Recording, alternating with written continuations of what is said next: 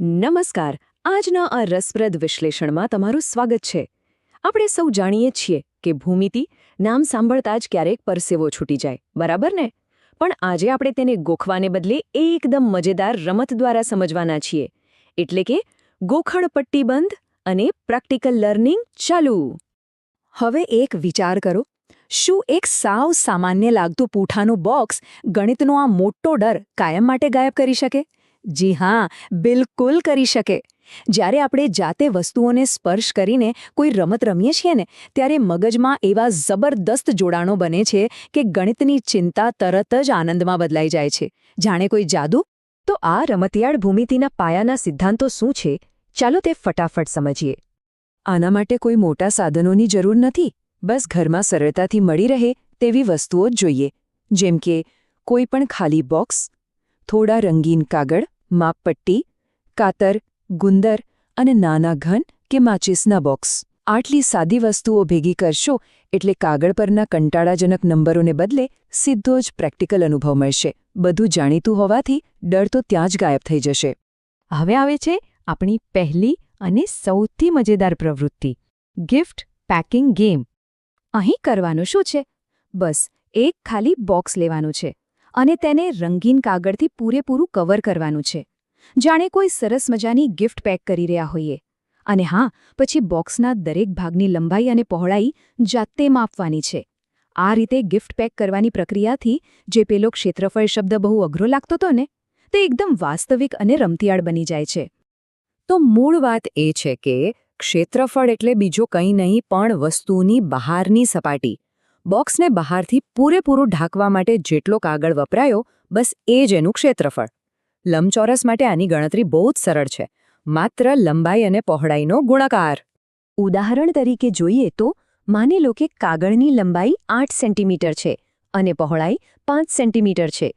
તો બંનેનો ગુણાકાર થશે બરાબર 40 વર્ગ સેન્ટીમીટર. હવે અહીં એ સમજવું બહુ જ જરૂરી છે કે આ 40 એ હવામાં રહેલો કોઈ આંકડો નથી, પણ આપણા હાથમાં રહેલા કાગળનો ચોક્કસ ભૌતિક જથ્થો છે. એટલે કે એ સપાટી પર પથરાયેલા નાના નાના ચોરસ ટુકડાઓની કુલ સંખ્યા છે ને. એકદમ સરળ. ચાલો હવે આપણે બીજી પ્રવૃત્તિ તરફ આગળ વધીએ, બોક્સ ભરવાની રમત.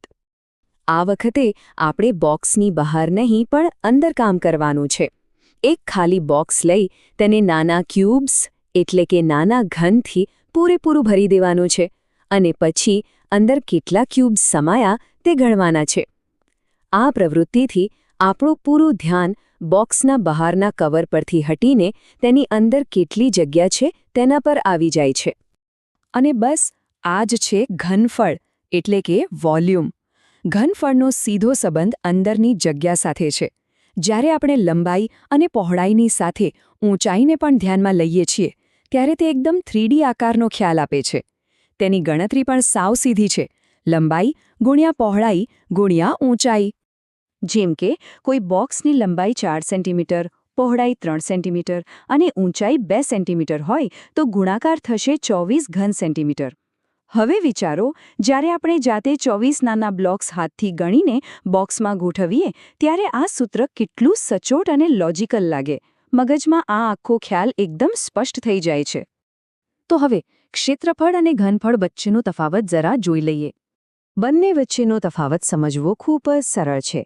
ક્ષેત્રફળ એટલે બહારની સપાટી, જેનો એકમ છે વર્ગ એકમ એટલે કે સેન્ટીમીટર સ્ક્વેર. જ્યારે ઘનફળ એટલે અંદરની જગ્યા, જેનો એકમ છે ઘન એકમ એટલે કે સેન્ટીમીટર ક્યુબ. બહારનું કવર અને અંદરની ભરાવાની ક્ષમતા આટલું મગજમાં ફિટ કરી દો એટલે ક્યારેય ભૂલાશે નહીં. આગળ જોઈએ, ગણિતને સાવ ડર વગર કેવી રીતે ભણાવી શકાય તેની કેટલીક જોરદાર ટિપ્સ.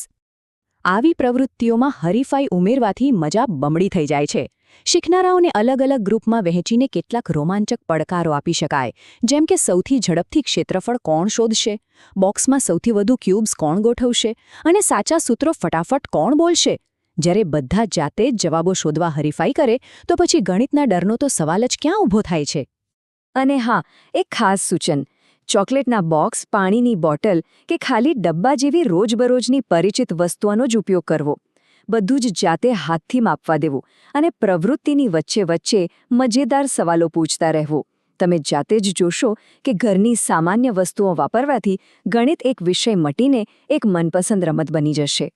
તો આ બધા પરથી એક બહુ જ રસપ્રદ સવાલ થાય છે. જો માત્ર એક સાદી રમતથી ક્ષેત્રફળ અને ઘનફળનો ડર આટલી આસાનીથી ગાયબ થઈ શકતો હોય તો ગણિતના